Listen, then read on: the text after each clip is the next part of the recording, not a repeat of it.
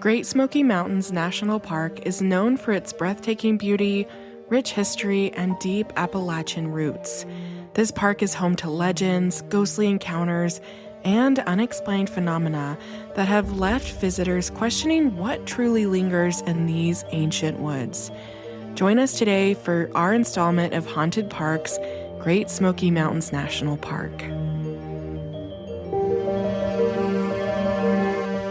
Welcome to Morbid Outdoors, the podcast that ventures deep into the shadows of the wild. Here, we unravel the mysteries of missing persons, explore spine-chilling legends, and share the most morbid stories that nature has to offer. From the depths of the dense forest to the highest mountain peaks, we'll uncover the secrets that lie hidden in the great outdoors.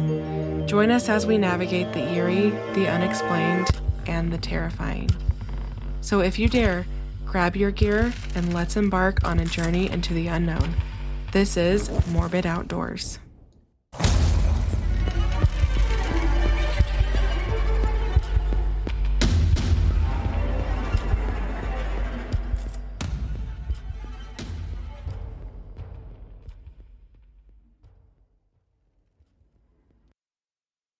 Hello, everyone. I hope you guys are all having a great Wednesday. I went on an amazing hike today, and it is just so beautiful, the spring weather that I am experiencing right now. And I know I look like a crazy person, but I started to hike with my fully weighted down backpacking backpack so that I can start weight training for my backpacking trips this summer. Now, today, before we get into the case, I wanted to remind you all that I have launched a Patreon, and I'm putting bonus content on my Patreon.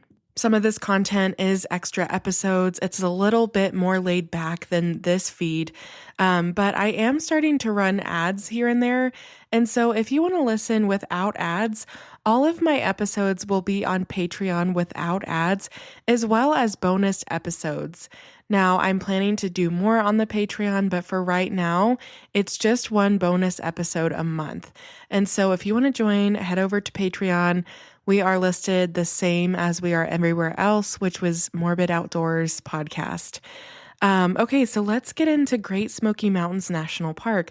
We just visited Great Smoky Mountains, I think last month or a few episodes ago, when we talked about the mysterious death of Jenny Bennett. And this is a very beautiful area despite just some dark things about its past. I went as a kid and I want to go back and do more Eastern exploring, but as for now, I haven't been in a very long time. I do want to say that weird things happen here in the Great Smoky Mountains and the Appalachia area. You know, all of those, everything you see online, TikTok, everything like that. And they are a very, very old mountain range. They are 200 to 300 million years old. And so I think the lore surrounding this area, I think there's some credence to that because these are old and there are lots of known and unknown creatures residing in this area of the United States. And I'm thoroughly convinced that there could be an entire podcast just done on all the creepy Smoky Mountains, Appalachia area stuff. So I want to start with our negative reviews. Someone just reviewed this national park about 4 months ago, and this person said, "A terrible experience. This national park is the largest and most popular park in the middle of the United States and famous for their beers. Every staff of the park told us that their beers were everywhere. However, this park was really disappointing that I did not see any beer. I only saw many turkeys and one fox. Besides, it was really packed even on weekdays that it was hard to find a parking spot. I suggest that the summer might not be a good time to visit here because bears or other wild animals could hide in trees and bushes. The park ticket was free, but the Junior Ranger book was expensive.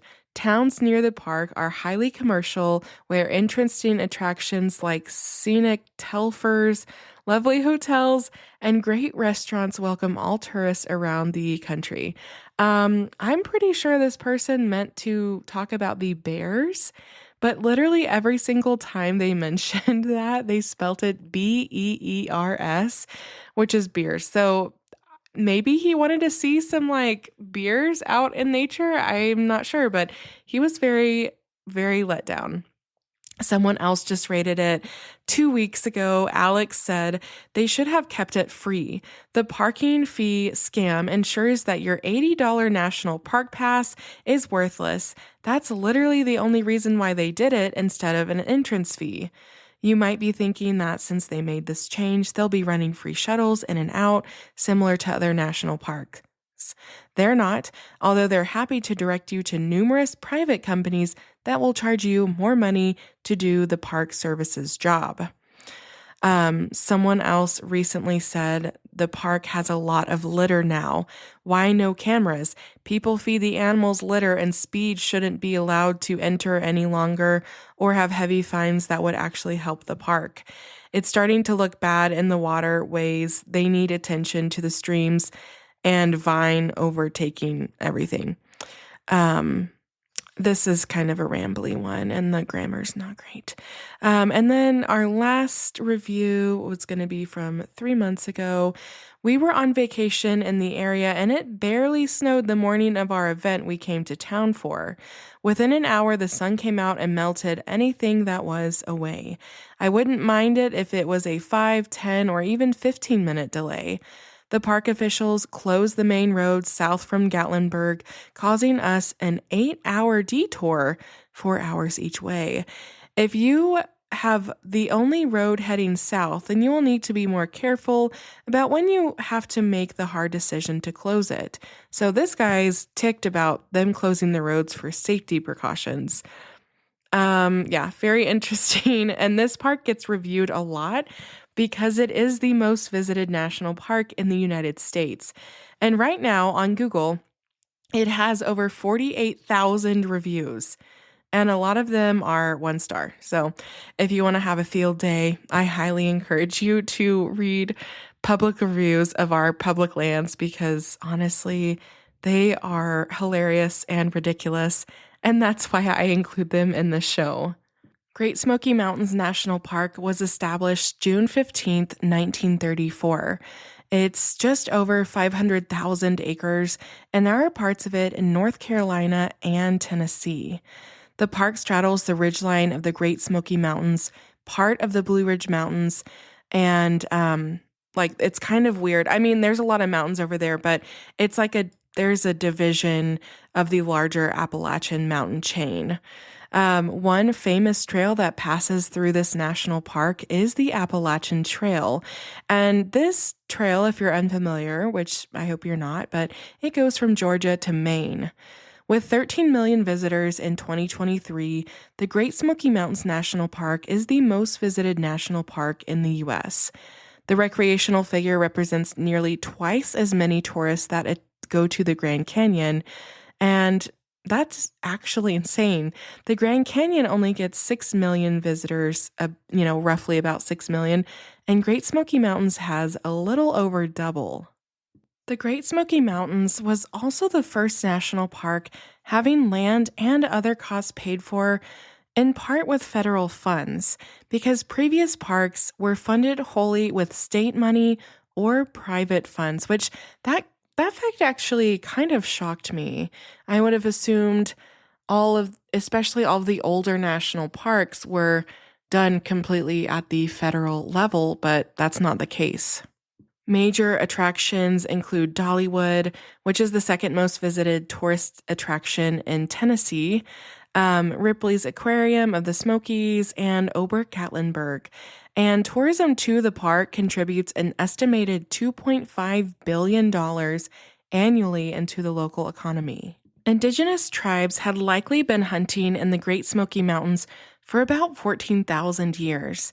And in the latter 17th century, the Cherokee began migrating into what is now eastern Tennessee and western North Carolina from what is now Virginia, possibly to escape expanding European settlement and diseases in the north. By the time the European settlers arrived in this area, the Cherokee controlled much of the region, and the Great Smoky Mountains lay at the very center of their territory. These tribes called the range Shakanage, meaning place of blue smoke. One Cherokee legend tells of a magical lake called Atagahi, and this lake is apparently hidden deep within the range but is inaccessible to humans. By 1805, the Cherokee had ceded control of the Smokies to the U.S. government, and I don't want to whitewash that. They were kicked off this land. Now, there is an estimated 2,900 miles of streams, tons of very beautiful waterfalls, and a lot of historic structures. The Great Smoky Mountains National Park has two climate types, humid subtropical and temperate oceanic. The park is sadly affected by air pollution because of the increased development nearby. And in 2004, there was a study done, and this national park was considered the most polluted national park. From 1999 to 2003, the park recorded approximately 150 unhealthy air days, which is about the equivalent of 1 month of unhealthy air days per year. Fun fact for you, the Great Smoky Mountains National Park is the most biologically diverse national park in the United States. That means that this park beats out parks in California, Alaska, and Texas, all of the big ones that you think about.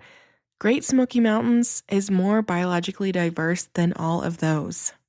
About 19,000 species of organisms are known to live in the park, and scientists estimate that as many as 80,000 to 100,000 additional species may also be present. The immense biodiversity is also supported by the rainy and temperate climate. No other location of similar size within a temperate climate is known to match the park's biodiversity. As you can guess, most of this land is covered by forests. Forests cover about 95% of Great Smoky Mountains National Park. This park is home to 65 species of mammals, over 240 species of birds, 43 species of amphibians, 67 species of fish, 40 species of reptiles, and 43 species of amphibians. And like that one review, there are a lot of bears, not beers, but there are a ton of bears, and that's kind of what this area is mostly known for. Another fact is that there are 850 miles of trails and unpaved roads in the park for hiking. Now, what makes this park haunted? Well, there is a lot, actually. The mountains inside the park had been inhabited for centuries by the native Cherokee and later by farmers and families who lived and worked in small mill towns tucked into the valleys. Once the park was created, thousands of peoples had to leave their homes, and the remnants of those communities, from churches to home sites to family cemeteries, can still be found inside the boundaries of the park. And whenever human history intersects with remote wilderness, you always have a recipe for something, like something haunted. And Great Smoky Mountains has a little bit of everything in terms of the supernatural. First, I want to discuss the orbs. According to reporting by Graham Averill for Outside Online, one of the coolest phenomenons is lights that defy scientific explanation. And apparently, they actually predate the park designation. They're called ghost lights, and they're often described as being bright, flashing lights that emanate from an undeveloped ridges of the Thomas Divide Ridge, which is very, very deep inside the park. People have seen them from the Thomas Divide Overlook, and that's like kind of on the Blue Ridge Parkway. While centuries ago, the Cherokee saw the same lights and considered them to be spirits of their ancestors. So things that the indigenous people saw thousands of years ago, we're still seeing today. And there's not really scientific evidence to say what these are or are not. Of course, science has tried to explain these away, and many scientists have researched the lights. And the best guess is that they're electric charges from granite deposits in the mountains, or perhaps some like biogas release, but there's been no definitive answer. Similar mysterious lights can be seen in other spots throughout the world, including the Brown Mountain Lights and the nearby Pisgah National Forest. Stephen Reinhold, owner of the guiding service Appalachian Adventure Company, says he remembers seeing the lights when he was growing up near the Thomas Divide Ridge. He said the lights would appear, and sometimes they'd float up into the air, sometimes they'd sink into the valley, sometimes they'd flash. They didn't seem to have any rhyme or reason, but there are quite a few different lights in this area. Maybe it's balls of methane gas, or maybe it's ball lightning, or maybe there's something supernatural. Some people believe this whole area is mystical. So, have you ever seen the orbs in Great Smoky Mountains National Park? I feel like every state has their own version of orbs, and science has not been able to explain them per se. The next thing that makes Great Smoky Mountains National Park haunted is its abundance of ghosts. Apparently, one of these ghosts is friendly. Now, legend has it that before the park was established, a young girl from a local settlement got lost in the woods in the area that when later was dammed, which became Lake Fontana.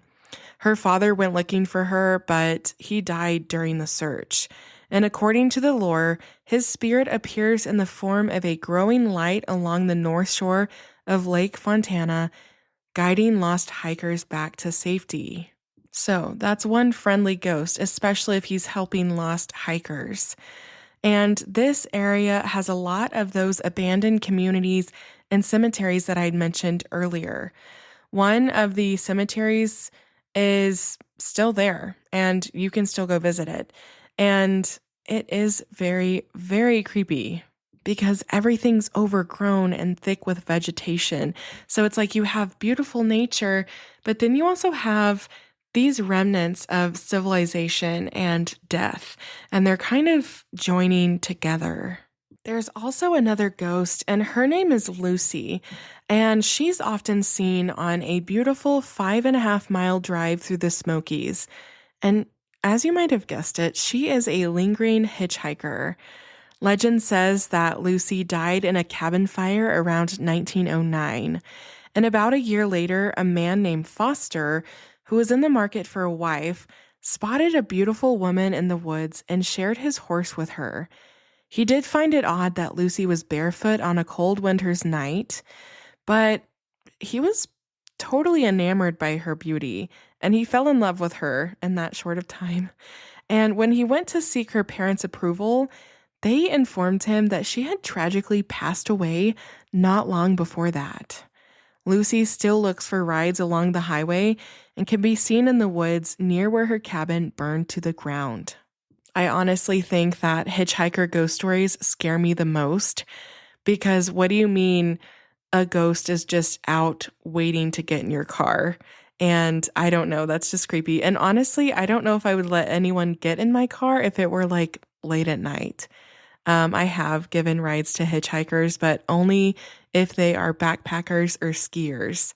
So I don't know. That's just my rule of thumb. You can't have ghosts without a ghost town. And there is a ghost town called Elkmont. And it's not like very spooky, but anyone that's been there can't deny that there are very creepy vibes in this area. And after the national park was established in 1934, the National Park Service began purchasing the land where many vacation homes stood. And after the residents had all died and the buildings remained to let nature take over. So it's like a ghost town, but it's not like spooky. It's just weird, again, to see remnants of civilization with nature kind of combining and nature totally winning the battle. And of course, we're going to discuss cryptids. One of the cryptids that's said to reside in Great Smoky Mountain National Park is a wampus cat. And it's not strictly a Smoky Mountain legend, but the wampus cat is an ancient mythological creature who, according to the Cherokee, was a woman cursed by tribal elders as a punishment for watching a sacred ceremony take place. Supposedly, she can be heard whining around campsites at night, searching for livestock. Many describe the animal as a mountain lion-like creature with 6 legs instead of 4. Others say she's some kind of amphibious creature. In the Smokies, we like to think of her as half bear, other half cat. And actually, where I went to college at in that city, that was their mascot, was the Wampus cat, which is kind of weird. It was in Arkansas, but kind of weird. That's where I first heard of a Wampus cat, but apparently there's one in the Smokies too. Another, I don't really know if I would call this a cryptid, but Spearfinger, and I'm sure you have heard of Spearfinger before. This is one of the scarier legends. And this is a Cherokee legend, and I'm not going to try and pronounce the name, but basically in English, we would call her Spearfinger. This is a female creature with one long, sharp finger on her right hand, and she has got stone-like skin. She is said to have sounded like thunder as she stalked the Chilhowee Mountain. Spearfinger was a shapeshifter who would pose as family members of her child victims before cutting them open and eating their livers. The gruesome tale was probably told to Cherokee children in order to scare them into behaving. But, and, lots of cultures have stories like this, to keep people safe. It was the main justification of telling these stories. So she would often lure small children away from their parents and then eat their livers. She would walk around clenching her right hand tightly as to protect her one weak spot, her heart hidden in her right palm. Now, they might have actually believed this because I saw in source material that the tribe was very distrustful of anyone who wandered away from the village for too long because Spearfinger possessed the ability to shapeshift. As a result, this fearful presence could take the form of seemingly harmless squirrel or a faint shadow in the forest. Spearfinger appears throughout Cherokee stories and is said to make her home in the highest ridges of the Smokies. So I can totally relate with what I would have been scared of Spearfinger, because if she can be a squirrel or a shadow, and you're hiking alone, I would be definitely freaked out. When you hear that crunch or that snap of a twig or that rustle, you're not sure exactly what's out there. Our next topic of why Great Smoky Mountains National Park is haunted has to do with a plantation. This plantation is called Wheatlands Plantation, and it's an antebellum plantation in Sevier County known as Wheatlands, and it's on the National Register of Historic Places and is the location of the famous Battle of Boyd's Creek. And unfortunately, it is the site of a mass grave of nearly 30 Cherokees that were slain in the battle. And this mass grave is behind the home. And many say that there aren't only bodies buried there. It's also said that at least 70 murders took place within the house itself. The plantation was once open for tours, but has been closed now for years. This place is actually on the list of most haunted places in eastern Tennessee. And additionally, a nearby cemetery contains grave of 69 African slaves and 2 Revolutionary War heroes, using that term lightly. So a lot of death is associated with this place, especially a mass grave. I don't know. It's like, if we know there's a mass grave there, shouldn't we dig those people up and return them to their tribe, or their family? That's just a thought, but I don't know. Maybe some people might say, let sleeping dogs lie and don't mess with the dead.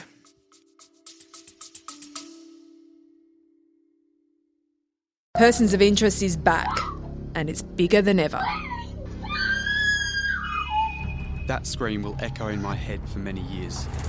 Taser! Taser! Taser! He's going to shoot! Oi! Shot fired! Shot fired! Shot fired! Stay out! You got a gun on you! He had the perfect aim. I am absolutely stressed at that point. I have no idea where my officers are. Persons of Interest available everywhere you get your podcasts. And at this Wheatlands plantation, a lot of evidence is still there. There's actually a blood stain on the living room floor of the house, and it's a reminder of a father slain by his son centuries ago, which is just gives me the heebie-jeebies, honestly. So a lot of bloodshed took place in this plantation house and on the property, and I can't help but wonder if that's why it's closed. Honestly, were there too many things happening? Is there some sort of curse on this property? I don't know. I'm sure someone has an explanation for it. Now I want to revisit a place where I mentioned in the beginning of the episode, Atagahi Lake, which would be the secret lake. Like I said, there's a legend that says there's a hidden lake in the Great Smoky Mountains, and two young Cherokees named Yutani and Natani once wandered far into the Smokies to find this lake. It is said that if you ever happen to wander close to it, you might hear the sounds of birds and ducks flying above. But if you follow the sounds, all you will find is a dried up pit of mud with no animals or blue waters to be found in sight. The legend says that the lake is hidden from human eyes because it is a sacred place for the creatures of the Great Smoky Mountains. Bears, wildfowl, and other animals bathe in the waters to cure their wounds and sickness. If you've ever been in this area, you'll likely have noticed that a lot of the names for places, they're like hell or devil or just these names and these words that have very negative connotations. And one of those places is called Huggins Hell. The reason why a lot of these places have these names that are associated with the devil and hell are because early settlers decided that only the devil himself would inhabit such a rugged and desperate landscape. Huggins Hell is not very visited, and it's extremely, extremely hard. The hikers who want to brave this rock face, they have to do a 4-hour steep climb near Mount LeConte that poses a true danger. Not only would a fall from steep cliffs off of one of the most dangerous haunted places in the Smokies, this would seriously injure you if you fell, but basically this trail is not even listed on trail books because it is so remote and it's just so dangerous. So no one would know to find you for quite some time. And rescue crews, I don't even know if they could really get back there. Over the years, dozens of hikers have gone into the backcountry or off-trail areas in this park and are never seen again. The Smoky Mountains, in all their beauty, they're still wild, and they're one of the few places left in the eastern United States where someone can seemingly disappear without a trace.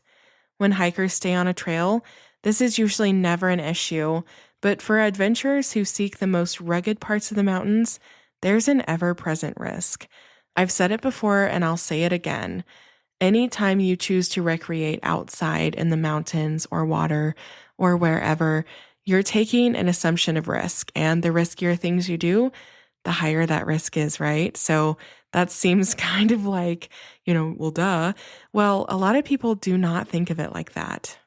Another haunted place in this area is basically in Cades Cove, and it's another ghost story that I'm going to tell you.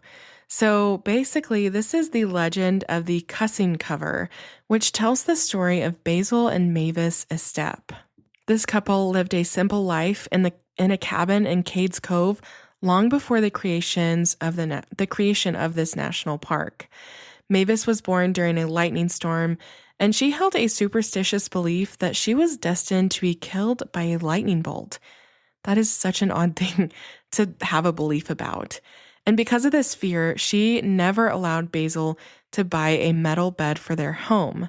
However, Mavis eventually passed away due to a persistent illness.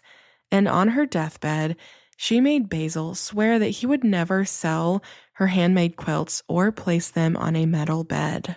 Basil eventually remarried a much younger woman, and this woman's name was Truly Jane Lawson. They ended up sleeping on a metal bed, and on one cold night, Truly asked Basil if they could sleep with one of Mavis's quilts. She chose the quilt that Mavis called the cussing cover because it contained a piece of a shirt that Basil wore during their first fight. Later that night, Truly Jane was awakened by a flash of light that knocked her to the floor. The room filled with smoke and a burning smell. She found that Basil had been charred to a crisp and that the metal bed had disintegrated. Strangely enough, the cussing cover was in perfect condition and nothing else in the cabin was damaged.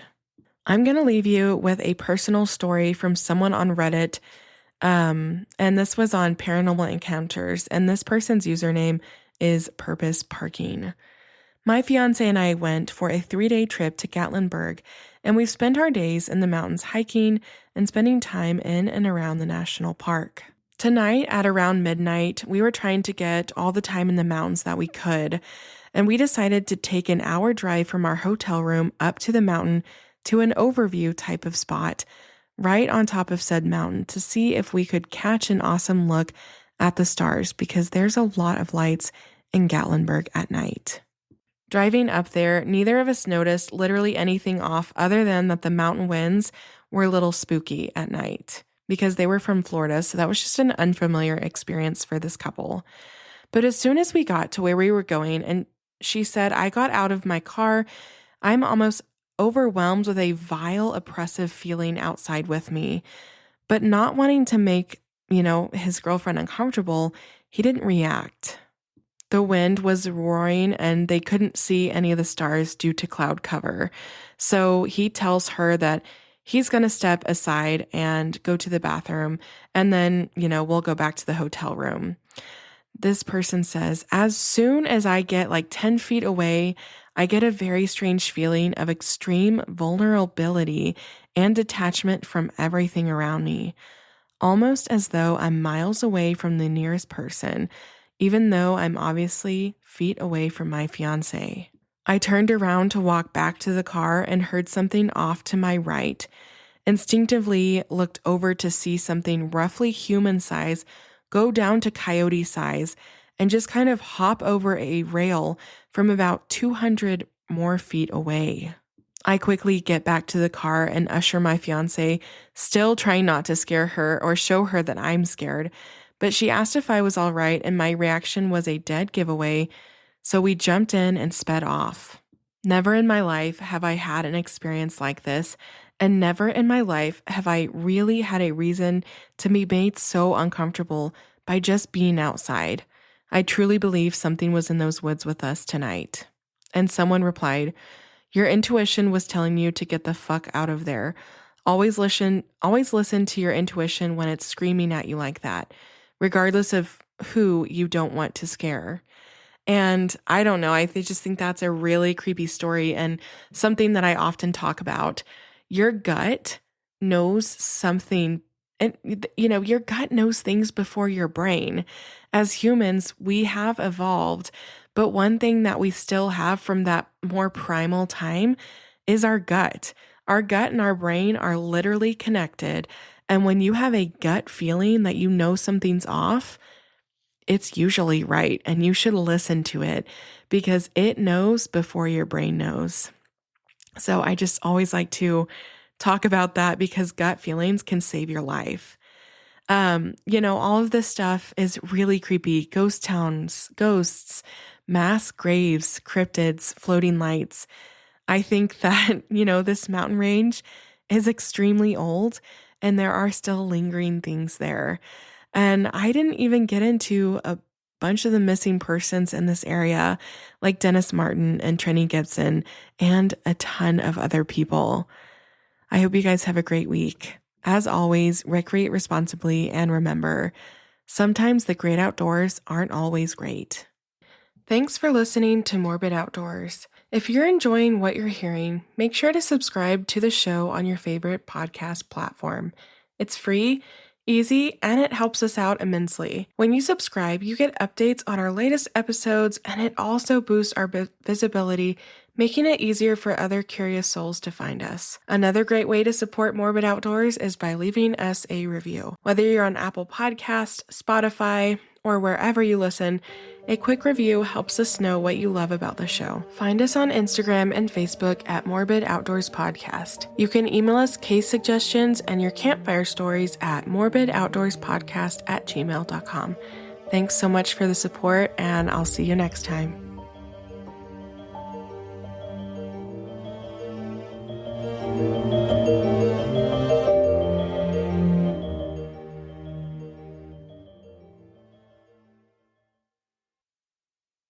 Hi, everyone. I really hope that you're having a great week. I will be in New Mexico on spring break vacation when you listen to this, and I just appreciate you guys all for listening. I don't have much to report, but I can't wait to share with you our experiences in New Mexico in about a week or two. So have a safe weekend and get out there and enjoy some of the outdoors.